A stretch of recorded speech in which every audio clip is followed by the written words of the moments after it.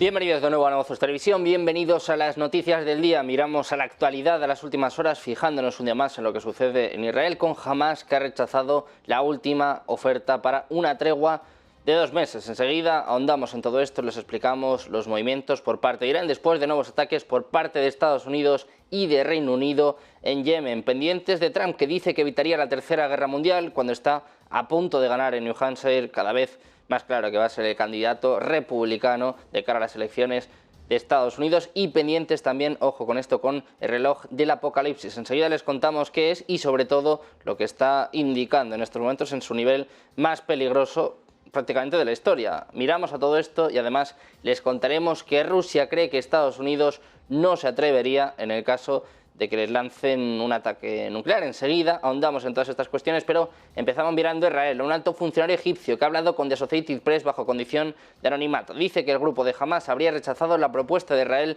durante el fuego de 2 meses en el que Hamás liberaría a rehenes israelíes a cambio de prisioneros de seguridad palestinos. El funcionario dice que los líderes de Hamás también se han negado a abandonar Gaza y exigen que Israel se retire completamente del territorio y permita que los palestinos regresen a sus hogares. Según la propuesta de Israel, a Yahya Sinwar y altos líderes de Hamás en Gaza se les permitiría trasladarse a otros países. El funcionario dice que Egipto y Qatar, que han negociado, como saben, acuerdos anteriores entre Israel y Hamás, están desarrollando una propuesta de varias etapas para tratar de cerrar las brechas. La propuesta incluiría poner fin a la guerra, liberar a los rehenes y presentar una visión para resolver el conflicto palestino-israelí. Miramos también a Borrell, el alto representante de Asuntos Exteriores de la Unión Europea, que dice que Israel no puede tener derecho a vetar la autodeterminación del pueblo de Palestina. Lo escuchamos.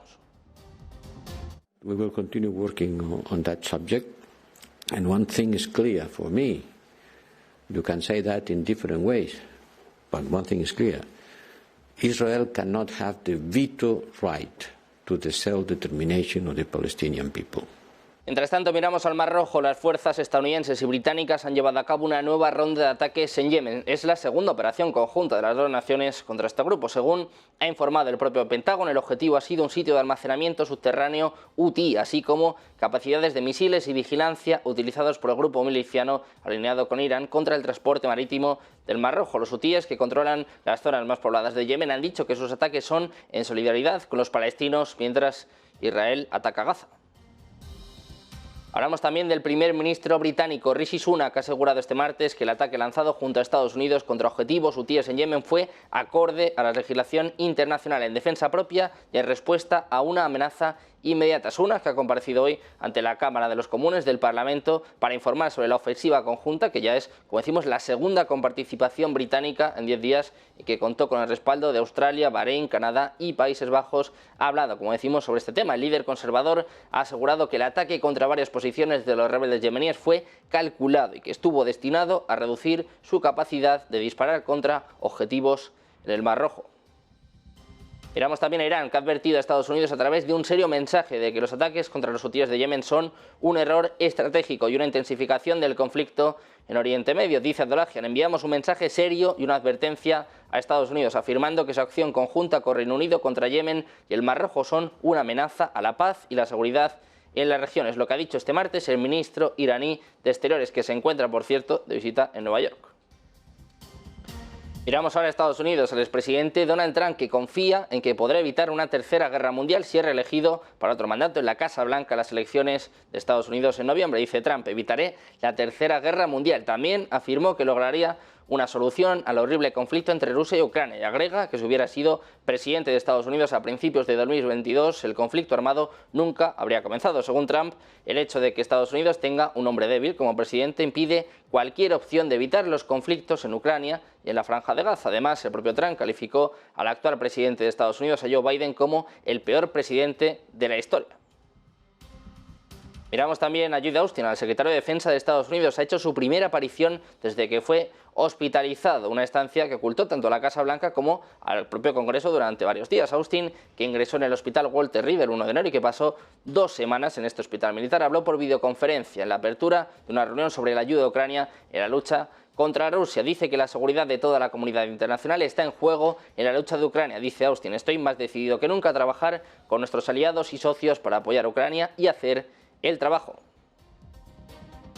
Miramos a la Agencia Central de Inteligencia de Estados Unidos, ojo, porque ha publicado un vídeo en ruso producido para intentar persuadir a los empleados de los servicios de inteligencia rusos de que cambien de bando y de que trabajen como agentes dobles para Washington. Es lo que informa Reuters, es precisamente el vídeo que están viendo en sus pantallas, publicado en el canal oficial de la CIA en X. Intenta apelar a lo que sugiere que son rusos patriotas que trabajan en la comunidad de inteligencia y que pueden sentirse traicionados por lo que califica la propia CIA de corrupción en los círculos de élite y la forma deficiente en que las Fuerzas Armadas rusas están equipadas y abastecidas.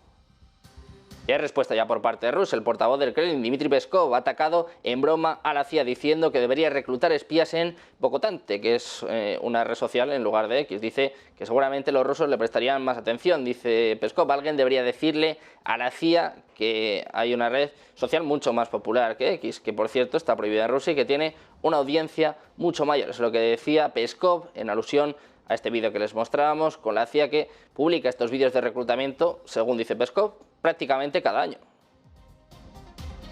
Miramos ahora a Alemania. Les contamos una propuesta para permitir que los ciudadanos extranjeros sirvan en el ejército alemán, que podría extenderse a los europeos en países fuera de la Unión Europea. El ministro de Defensa alemán, Boris Pistorius, había propuesto inicialmente la idea de dar la bienvenida a los no alemanes al alistamiento para combatir una drástica escasez de personal. Sin embargo, quedan dudas sobre cómo se implementaría dicho plan. En concreto, miembros del Partido Democrático Libre, que presiden precisamente el Comité de Defensa del Parlamento alemán, están diciendo a Deutsche Welle que imagina abrir el ejército alemán a candidatos de todo el continente. Dijo que los candidatos podrían provenir inicialmente de la Unión Europea, así como de países como, por ejemplo, Reino Unido, es miembro de la Unión Europea, así como de la neutral Suiza. Pero dice que también hay opciones más allá de estos países.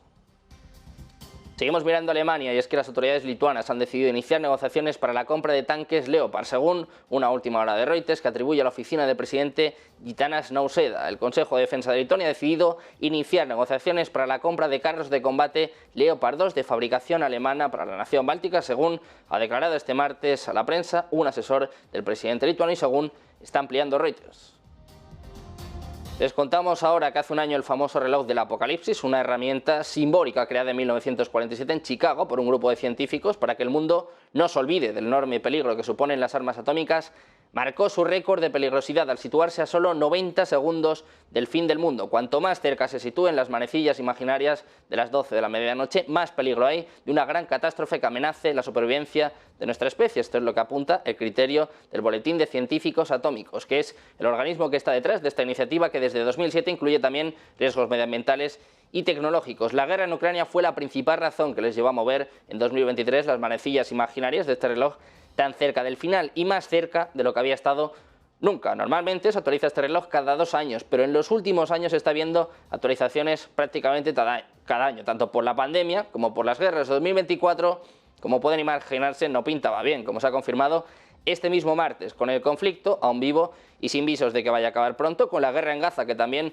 ha encendido la situación en Oriente Próximo. Los científicos han decidido mantener este reloj a 90 segundos de la medianoche. Dicen, el riesgo continúa, es lo que señalan los científicos. Según han detallado, su decisión se basa en gran medida en los peligros derivados de la guerra en Ucrania, porque dicen que el conflicto entre Rusia y Ucrania ha aumentado el peligro del uso de armas nucleares y que ha planteado el uso de armas biológicas y químicas, además de paralizar la respuesta mundial al cambio climático y obstaculizar los esfuerzos internacionales para abordar otras preocupaciones globales. Miramos a Rusia. Como saben, como se viene diciendo durante mucho tiempo, habría estado amenazando con usar sus ojivas nucleares desde el comienzo de la guerra en Ucrania. Y ahora, ojo, porque hay un grupo de expertos británico que cree que los recientes reveses militares podrían empujarle a aislarse, a alejarse del armamento convencional. Esto es lo que apuntan tanto Daily Mail como The Times, que hablan de la disposición de Rusia a desplegar armas nucleares en un posible conflicto con la OTAN, que está creciendo porque el Kremlin cree que Estados Unidos y sus aliados no se atreverían a responder. Es lo que advierte un grupo de expertos. Dice que sabiendo que Occidente es reacio a las bajas y al peligro, Rusia podría intentar utilizar suficientes armas nucleares no estratégicas para infligir daños que impidan su propia derrota. Esto es lo que se lee en el informe del Instituto Internacional de Estudios Estratégicos. Dice que Rusia sabe que Estados Unidos no estaría dispuesto a cruzar el umbral nuclear como represalia y que podría poner fin al conflicto antes de tiempo. El informe decía que la lógica de usar un arma nuclear de este tipo sería intensificar el conflicto de forma controlada, ya sea para impedir que Estados Unidos y la OTAN se comprometan o para obligarles a poner fin a la guerra en los términos que quiere Rusia. Seguimos mirando a Rusia. Hablamos del portavoz del Kremlin, Dmitry Peskov, ha señalado este martes que Vladimir Putin no tiene previsto viajar a Corea del Norte en el corto plazo. Ha fijado esta posible visita para después de las elecciones presidenciales rusas, como saben, previstas para mediados de marzo. De acuerdo con Peskov, la visita a Corea del Norte es prometedora y el mandatario ruso va a aprovechar la propuesta de un cronograma que pueda presentar Pyongyang. Por otro lado, ha anunciado que Putin sí podría viajar a Turquía antes incluso de la celebración de estos comicios. Seguimos con más noticias, seguimos hablando en este caso de Rusia y de los ataques que están teniendo lugar en las últimas horas, en concreto un ataque simultáneo con misiles balísticos y de crucero desde diferentes regiones que ha provocado hasta 7 muertos y más de 70 heridos. Rusia ha bombardeado este martes 3 ciudades de Ucrania, provocando la muerte de civiles y dejando más de 70 heridos. Sería un ataque de las fuerzas, en este caso de Rusia, y además es un ataque un tanto diferente, sobre todo por lo que les contábamos, la nueva táctica que ha seguido, una combinación de misiles de crucero y balísticos disparados en una misma operación desde 5 provincias rusas diferentes. Por su parte, Ucrania habría denunciado hoy el lanzamiento de hasta 41 misiles de diversos tipos, de los que 21 habrían sido derribados por las defensas ucranianas en la región. Seguimos mirando a Ucrania, en este caso andamos en esta cuestión que le estábamos comentando, en las defensas ucranianas que habrían destruido al menos 21 de los 41 misiles que habrían lanzado Rusia. Se dice que el enemigo habría lanzado un ataque combinado con misiles contra Ucrania, utilizando misiles guiados de crucero, balísticos, aéreos y antiaéreos. Las fuerzas aéreas de Ucrania apuntan a que en comparación con las fuerzas de defensa aérea habrían destruido 15 misiles de crucero, 5 misiles balísticos y un misil guiado. Les contamos ahora que las Fuerzas Armadas rusas han llevado a cabo un ataque grupal con armas de alta precisión contra las instalaciones del complejo militar industrial de Ucrania, que producen misiles, municiones y explosivos. El objetivo del ataque se habría logrado, según informaba el Ministerio de Defensa ruso. Seguimos mirando a Rusia, seguimos mirando este conflicto entre Rusia y Ucrania y ahora apuntamos directamente a Ucrania. Es que en Kiev circulan rumores de que el presidente ucraniano Volodymyr Zelensky podría despedir al jefe de sus fuerzas armadas, al general Valery Zaluzhny. Como saben, Zelensky y Zaluzhny han estado enfrentados durante algún tiempo y es probable que la excusa sean las pérdidas en Avdiivka y sus alrededores, que como saben es un bastión militar ucraniano junto al norte de Donetsk. Se rumorea que Kirilo Budanov, jefe de la inteligencia militar, podría sustituir a Zaluzhny. Hablamos ahora de la OTAN, del secretario general de la Alianza, Jens Stoltenberg, preguntado por la prensa, ha asegurado que no ve una amenaza directa o inminente contra ningún aliado de la OTAN. Por eso sí recuerda que ha aumentado la presencia de tropas en el flanco este de la misma y que esta semana va a comenzar el ejercicio militar más grande en décadas, con más de 90.000 participantes. Escuchamos a Stoltenberg.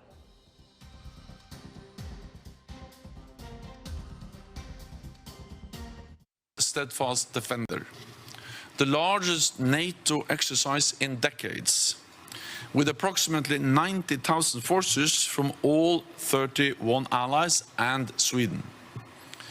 This Article 5 exercise is a clear demonstration of our transatlantic unity and strength, and our determination to continue to do whatever is necessary to protect and defend each other.